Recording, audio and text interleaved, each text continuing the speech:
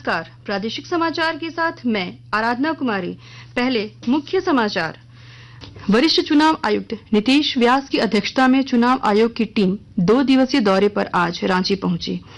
झारखंड के मुख्य निर्वाचन पदाधिकारी के साथ कर रहे हैं बैठक। प्रवर्तन निदेशालय ने आज जमीन कारोबारी कमलेश कुमार से जुड़े ठिकानों में की छापेमारी। भारतीय जनता पार्टी के सांसद और पूर्व प्रदेश अध्यक्ष दीपक प्रकाश को राज्यसभा में पार्टी का बनाया गया सचेतक। और राज्य में कमजोर पड़े मानसून ने फिर पकड़ी रफ्तार। रांची समेत कई जिलों में आज हुई बारिश। मौसम विभाग ने 13 जुलाई तक पूरे राज्य में बारिश का किया येलो अलर्ट जारी। और अब समाचार विस्तार से।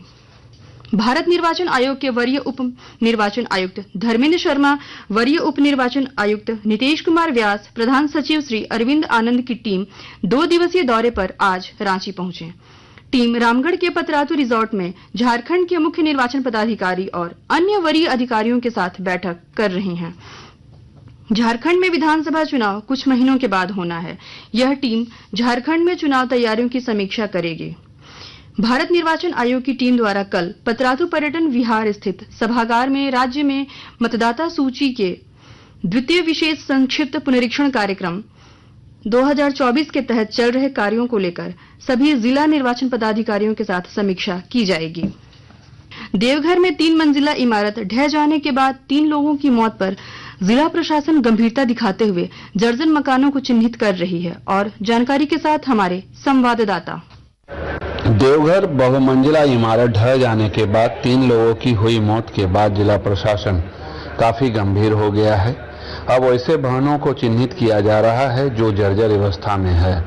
जिले के उपायुक्त विशाल सागर ने नगर निगम के नगर आयुक्त योगेंद्र प्रसाद के साथ पूरी टीम को लेकर इस पे सर्वे कराने का निर्णय लिया है। साथ ही उन मालिकों को भी नोटिस करने की तैयारी है जिनके भवन जर्जर हैं या फिर वह मरम्मत करना चाहते हैं। मालूम हो कि सीता होटल के समीप 3 मंजिला इमारत ढह जाने के कारण 3 लोगों की मौत हो गई थी, जिसमें एनडीआरएफ की टीम के साथ अन्य लोगों के सहयोग से राहत कार्य चलाया गया था। आशीष कुमार अम्बस्ट, आकाशवाणी समाचार, देवघर। फरार चल रहे जमीन कारोबारी कमलेश कुमार से जुड़े मामले में प्रवर्तन निदेशालय की टीम आज रांची के कांके अंचल जांच के लिए पहुंची। कांके के चामा गांव में ईडी की टीम ने ग्रामीणों से पूछताछ की। उसके बाद ईडी की टीम ने कांके रिजॉर्ट और कांके प्रखंड में कमलेश के ठिकाने में छापेमारी की। गौरतलब है कि ईडी ने 21 जून को कमलेश के ठिकानों पर छापेमारी की थी। इस दौरान उसके ठिकानों से 1 करोड़ नगद और 100 कारतूस बरामद हुए। इसको लेकर कांके थाना में कमलेश के खिलाफ आर्म्स एक्ट के तहत मामला भी दर्ज हुआ है। इस मामले में ईडी ने कमलेश को 2 बार सम्मन भेजा, लेकिन किसी भी सम्मन में वह ईडी के समक्ष उपस्थित नहीं हुआ। ईडी ने कमलेश को फिर से सम्मन भेजकर 12 जुलाई को उपस्थित होने को कहा है। गढ़वा जिले में भारत सरकार के नीति आयोग के निर्देश पर 4 जुलाई से 30 सितंबर तक के लिए संपूर्णता अभियान चलाया जा रहा है। विस्तृत ब्यौरा दे रहे हैं हमारे संवाददाता।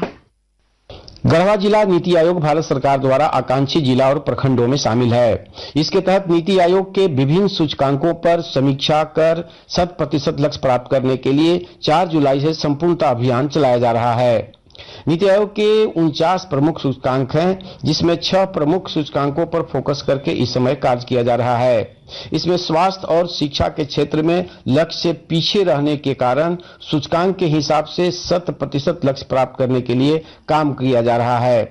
स्वास्थ्य के क्षेत्र में सभी गर्भवती महिलाओं का आवश्यक रूप से पंजीयन करना, संस्थागत प्रसव को सुनिश्चित करना, बच्चों का 100% टीकाकरण और माताओं बच्चों का पोषण का पूरी तरह से ध्यान रखना है। विनोद कुमार पाठक, आकाशवाणी समाचार, गढ़वा। 1500 स्नातक प्रशिक्षित शिक्षकों को 12 जुलाई को राज्य सरकार नियुक्ति पत्र प्रदान करेगी। इसको लेकर रांची के धुरवा स्थित प्रभात तारा मैदान में नियुक्ति पत्र वितरण समारोह का आयोजन किया जाएगा। इस दौरान मुख्य अतिथि के रूप में मुख्यमंत्री हेमंत सोरेन और विशिष्ट अतिथि के तौर पर वित्त मंत्री रामेश्वर उरांव, श्रम मंत्री सत्यानंद भोक्ता उपस्थित होंगे। इस समारोह के दौरान कुल 7 विषयों में अंतिम रूप से सफल अभ्यर्थियों को नियुक्ति पत्र दिया जाएगा। बीजेपी के राज्यसभा सांसद और पूर्व प्रदेश अध्यक्ष दीपक प्रकाश को राज्यसभा में बीजेपी का सचेतक बनाया गया है। नई जिम्मेदारी दिए जाने पर दीपक प्रकाश ने पार्टी नेतृत्व का आभार प्रकट किया है। श्री प्रकाश ने कहा कि ये दायित्व पर वे ईमानदारी से काम करेंगे और संबंधित समस्याओं का हल करने का प्रयास करेंगे। बता दें कि दीपक प्रकाश को बिहार बीजेपी का सह प्रभारी भी बनाया गया है। आकाशवाणी के ताजा तरीन समाचारों के लिए आप हमारी वेबसाइट news.air.gov.in पर लॉग ऑन कर सकते हैं। ताजा समाचार x handle @AIR News Alerts और Facebook page all India radio news पर भी उपलब्ध है। आप प्रादेशिक समाचार एकांश के एक्स हैंडल @AIR News_Ranchi और फेसबुक, इंस्टाग्राम पेज तथा YouTube channel AIR News Ranchi पर भी हमारे बुलेटिन सुन सकते हैं। प्रादेशिक समाचार आप आकाशवाणी रांची से सुन रहे हैं। सिमडेगा में बढ़ते सड़क हादसे को देखते हुए पुलिस ने आज हेलमेट जरूरी है अभियान की शुरुआत की। इस दौरान पुलिस ने आम जनता के साथ पुलिस कर्मी, वकील और सरकारी कर्मियों को भी बिना हेलमेट के बाइक चलाने पर रोका। आज किसी तरह का चालान नहीं काटा गया। सभी को हेलमेट मंगवाकर पहनने के बाद ही छोड़ा गया। एसडीपीओ ने कहा कि हेलमेट सिर्फ जान की सुरक्षा नहीं बल्कि परिवार और बच्चों की भी सुरक्षा है। उन्होंने बताया कि पुलिस और प्रशासन कर्मी सहित वकील और आमजन हेलमेट पहनने की आदत डाल लें, अन्यथा अगली बार विधिवत कार्रवाई की जाएगी। रामगढ़ उपायुक्त चंदन कुमार के निर्देश पर प्रशासन आपके द्वारा कार्यक्रम के तहत जिला प्रशासन के लोगों के घर जाकर सुविधाएं उपलब्ध करा रही है। आज जिला परिवहन पदाधिकारी मनीषा वत्स ने ड्राइविंग लाइसेंस में सफल अभ्यर्थियों के घर जाकर ड्राइविंग लाइसेंस स्मार्ट कार्ड का वितरण किया। साथ में लोगों को परिवहन के नियमों का पालन करने के लिए भी जागरूक किया गया। पारंपरिक स्वशासन व्यवस्था से जुड़े विभिन्न न्यायिक मामलों के त्वरित निष्पादन के लिए चाईबासा में आज न्याय पंच कार्यालय का उद्घाटन किया गया। इसका उद्घाटन करते हुए राज्य के अनुसूचित जाति जनजाति मामलों के मंत्री दीपक बिरुवा ने कहा कि जनजाति क्षेत्रों में सदियों से चली आ रही परंपरागत न्याय व्यवस्था को पुनर्जीवित किया गया है। उन्होंने कहा कि न्याय पंच पूरे देश में अनूठी व्यवस्था है जिसके माध्यम से कोल्हानन के लोगों को सस्ता, सुलभ और त्वरित न्याय मिल पाएगा। उल्लेखनीय है कि कोल्हान में विल्किंस नियम लागू है जिसके तहत यहां के जमीन विवाद से जुड़े मामलों दशकों से लंबित हैं। इन मामलों के अलावा मानकी मुंडाओं के अधीन आने वाले मामले भी बड़ी संख्या में लंबित रह जाते हैं। विधि विशेषज्ञों का मानना है कि न्याय पंच के जरिए इन मामलों की सुनवाई त्वरित गति से होगी। तो ये जो है ना बहुत पुरानी परंपरा है, ट्रेडिशनल मामला है और ये विल्किंसन रूल के तहत जो है ना रूल 20 के तहत ये न्याय पंच का फंक्शन है। और सबसे बड़ी बात है ये ट्रेडिशनल से भी जुड़ा हुआ है क्योंकि ट्राइब्स जो है ना वो हिंदू मैरिज लॉ से गाइड होते हैं ना मुस्लिम पर्सनल लॉ से गाइड होते हैं, उसका ट्रेडिशनल अपना है। इसलिए यहाँ पर प्रत्येकता शादी में ये सारी चीजें भी शादी से संबंधित मामले भी यहाँ पर निष्पादन होगा। तो ये अपने आप में भारत देश में ही नहीं पूरे झारखंड में ऐतिहासिक है और ये परंपरागत ट्रेडिशनल सिस्टम है और ये एक स्वच्छ न्याय का प्रक्रिया है। राज्य में कमजोर पड़े मानसून ने फिर रफ्तार पकड़ ली है। राजधानी रांची समेत कई जिलों में आज बारिश हुई।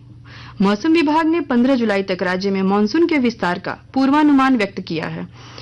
मौसम केंद्र रांची ने आज और कल गढ़वा, कोडरमा, देवघर, रांची और सिमडेगा सहित पूरे राज्य में बारिश का येलो अलर्ट जारी किया है। इस दौरान कुछ स्थानों पर वज्रपात की भी चेतावनी जारी की गई है। पूरे राज्य में बारिश की यह स्थिति 13 जुलाई तक रहेगी। अंत में मुख्य समाचार एक बार फिर। वरिष्ठ चुनाव आयुक्त नीतीश व्यास की अध्यक्षता में चुनाव आयोग की टीम 2 दिवसीय दौरे पर आज रांची पहुंची। झारखंड के मुख्य निर्वाचन पदाधिकारी के साथ कर रहे हैं बैठक। प्रवर्तन निदेशालय ने आज जमीन कारोबारी कमलेश कुमार से जुड़े ठिकानों में की छापेमारी। भारतीय जनता पार्टी के सांसद और पूर्व प्रदेश अध्यक्ष दीपक प्रकाश को राज्यसभा में पार्टी का बनाया गया सचेतक। और राज्य में कमजोर पड़े मानसून ने फिर पकड़ी रफ्तार। रांची समेत कई जिलों में आज हुई बारिश। मौसम विभाग ने 13 जुलाई तक पूरे राज्य में बारिश का किया येलो अलर्ट जारी। इसके साथ ही आकाशवाणी रांची से प्रादेशिक समाचार का ये बुलेटिन समाप्त हुआ। नमस्कार।